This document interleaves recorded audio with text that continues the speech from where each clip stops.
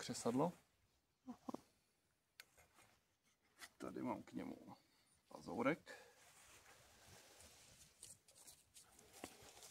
Tady mám připravený hnízdečko. Z čeho? Tohle je vlákno z kopřivy. Zrovna.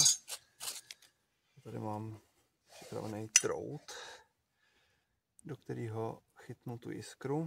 Ten je vyrobený z vypálené bavlny.